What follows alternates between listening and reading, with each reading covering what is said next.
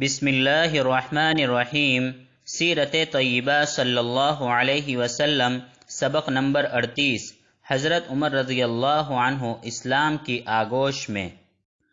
اس زمانے میں دو شخص خاص طور پر اسلام کے لیے سخت دشمن سمجھے جاتے تھے، اور ایسا تصور تھا کہ اگر ان لوگوں نے اسلام قبول کر لیا تو ہو سکتا ہے کہ اور لوگوں پر اچھا اثر ہو۔ ان میں سے ایک ابو جہل تھا، جو ہر دشمنی اور مخالفت میں آگے آگے رہتا تھا۔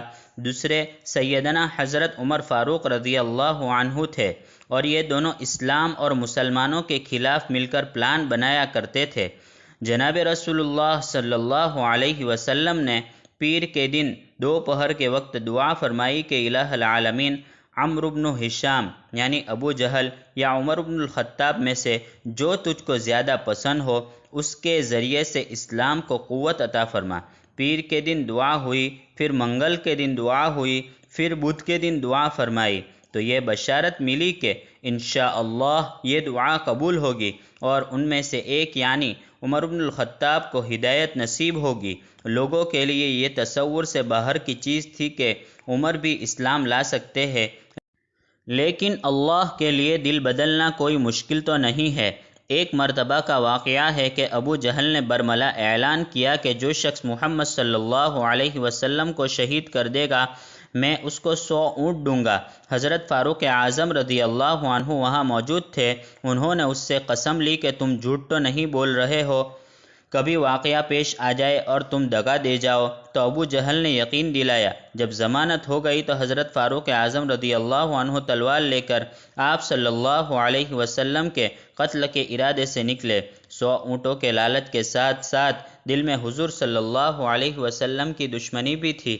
راستے میں نعیم نامی ایک صاحب سے ملاقات ہوئی۔ انہوں نے معلوم کیا کہاں جا رہے ہو، تو حضرت عمر رضی اللہ عنہ نے فرمایا کہ آج ان کا کام تمام کروں گا، بڑی مشکلات کا سامنا ہو رہا ہے، ہمارے پورے خاندان، قبیلے اور شہر میں عجیب انتشار دیکھنے میں آ رہا ہے۔ نعیم نے کہا کہ اس پہلو پر بھی غور کیا کہ ان کا خاندان بنو ہاشم ہے، بدلہ لینے پر آ گیا تو کیا ہوگا؟ تو اس کو سمجھنے کے بجائے کہنے لگے کہ معلوم ہوتا ہے کہ تم بھی صابی یعنی بددین ہو گئے ہو۔ انہوں نے کہا کہ مجھے تو چھوڑو، اپنے بہن اور بہنوئی کی خبر گیری کرو۔ حضرت سعید بن زید اور بہن فاطمہ بنت الخطاب بھی اسلام لے آئی ہے۔ حضرت عمر رضی اللہ عنہ کو جلال آ گیا اور کہا کہ کیا واقعی یہ لوگ بھی اسلام میں داخل ہو چکے ہیں؟ اب حضور صلی اللہ علیہ وسلم کے گھر جانے کے بجائے بہن اور بہنوئی کے گھر کی جانب چل پڑے۔ جب پہنچے تو دروازہ بند تھا، اور حضرت خباب بن الارت رضی اللہ عنہ ان دونوں صاحبان کو قرآن پاک پڑھا رہے تھے۔ انہوں نے کچھ پڑھتے ہوئے سن لیا، اور بہن کو بھی احساس ہو گیا کہ عمر آئے ہیں اور جلال میں ہے، تو حضرت خباب بن الارت کو جلدی سے ایک کوٹھری میں چھپا دیا اور آ کر دروازہ کھولا، تو اندر داخل ہو کر معلوم کیا کہ کیا تم لوگ بھی بددین ہو گئے ہو؟ حضرت سعید بن زید رضی اللہ عنہ نے کہا کہ بددین کیوں ہوتے؟ ہم نے اسلام قبول کر لیا ہے اور اللہ کے ایک ہونے کی گواہی دے دی۔ تو حضرت عمر رضی اللہ عنہ ان کو مارنے کے لیے تل گئے، اور ان کو مارنے لگے تو بیوی سے دیکھا نہیں گیا، وہ بیچ میں آ گئی۔ چونکہ غصے میں تھے، اور آدمی غصے میں آپے سے باہر ہو جاتا ہے، تو اپنی بہن کو بھی مارا، جس سے خون نکل آیا۔ چونکہ وہ بھی انہی کی بہن تھی، ان کے اندر بھی ایسے ہی جذبات تھے۔ انہوں نے برملا کہا کہ دیکھو عمر، کچھ بھی ہو جائے اور چاہے تم ہماری بوٹی بوٹی کر دو، لیکن ہم اللہ کی وحدانیت اور پیغمبر علیہ السلام کی غلامی سے باز نہیں آ سکتے۔ تو حضرت عمر رضی اللہ عنہ نے کچھ سوچنے کی کوشش کی اور کہا کہ تم یہ بتلاؤ کہ جب ہم آئے تھے تو تم کیا پڑھ رہے تھے؟ لاؤ میں بھی دیکھوں گا۔ حضرت فاطمہ رضی اللہ عنہا نے فرمایا کہ تم اس قابل نہیں کہ تم اسے چھو بھی سکو، تم ناپاک ہو، پہلے غسل کر کے آؤ، پھر ہاتھ میں لو۔ چنانچہ غسل کر کے آئے اور ہاتھ میں لے کر اس کو پڑھنا شروع کیا، تو دیکھا کہ سورہ طٰہٰ ہے۔ جب اس کی تلاوت کی تو پڑھ کر بے قابو ہو گئے۔ ادھر حضرت خباب بن الارت رضی اللہ عنہ پردے سے نکل کر آئے تو فرمایا عمر، خوشخبری قبول کرو، تمہارے بارے میں پیغمبر علیہ السلام کی دعا یہ تھی اور وہ قبول ہو چکی ہے۔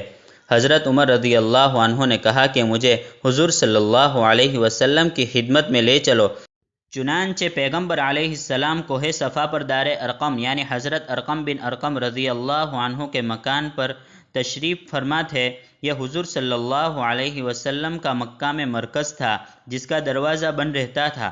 حضرت عمر رضی اللہ عنہ تشریف لے چلے۔ لوگوں نے بند دروازے سے دیکھا کہ عمر آ رہے ہیں۔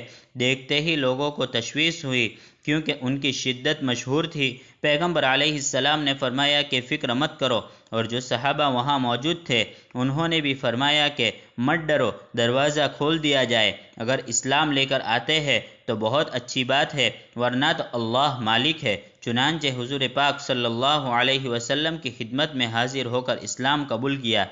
جتنے صحابہ وہاں پر موجود تھے سب نے نعرہ تکبیر بلند کیا اور پورے مکہ کے اندر اس کی آواز گونج گئی۔ اس کے بعد حضرت عمر رضی اللہ عنہ کفار کے بڑے مجمع میں تشریف لائے اور فرمایا کہ سن لو، میرا نام عمر ہے، میں نے حضور صلی اللہ علیہ وسلم کا دین قبول کر لیا ہے، جس کو جو کرنا ہے کر لے۔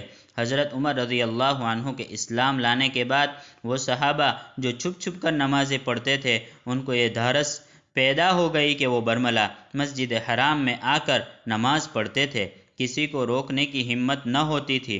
اللہ تعالیٰ نے حضرت عمر رضی اللہ عنہ کو یہ مقام عطا فرمایا۔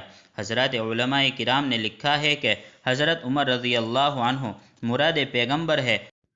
اللہ تعالیٰ سے مانگا ہے کہ ہمیں دین کی تقویت کے لیے عمر مرحمت فرمائیے، اور واقعی اللہ تعالیٰ نے ان سے دین کی تقویت کا جو کام لیا ہے اس کی نظیر نہیں ملتی۔ فاروق ان کا لقب ہے۔ فاروق کے معنی حق اور باطل میں امتیاز کرنے والے کے آتے ہیں، جس طرح سے حضرت ابو بکر کا لقب صدیق ہے، یعنی تصدیق کرنے میں کمال، انتہائی اعلیٰ درجے کی تصدیق ان کی ہے۔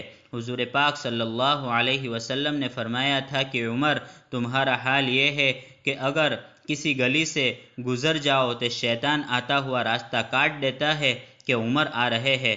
شیطان کے اوپر بھی ایسا رعب اور دبدبہ ہے۔ اور آپ صلی اللہ علیہ وسلم نے فرمایا کہ اگر میرے بعد نبوت کا سلسلہ باقی رہتا تو عمر کو نبی بنایا جاتا، لیکن نبوت جاری نہیں ہے۔ یہ واقعہ سن نبوی 6 میں پیش آیا۔ وآخر دعوانا عن الحمد للہ رب العالمین۔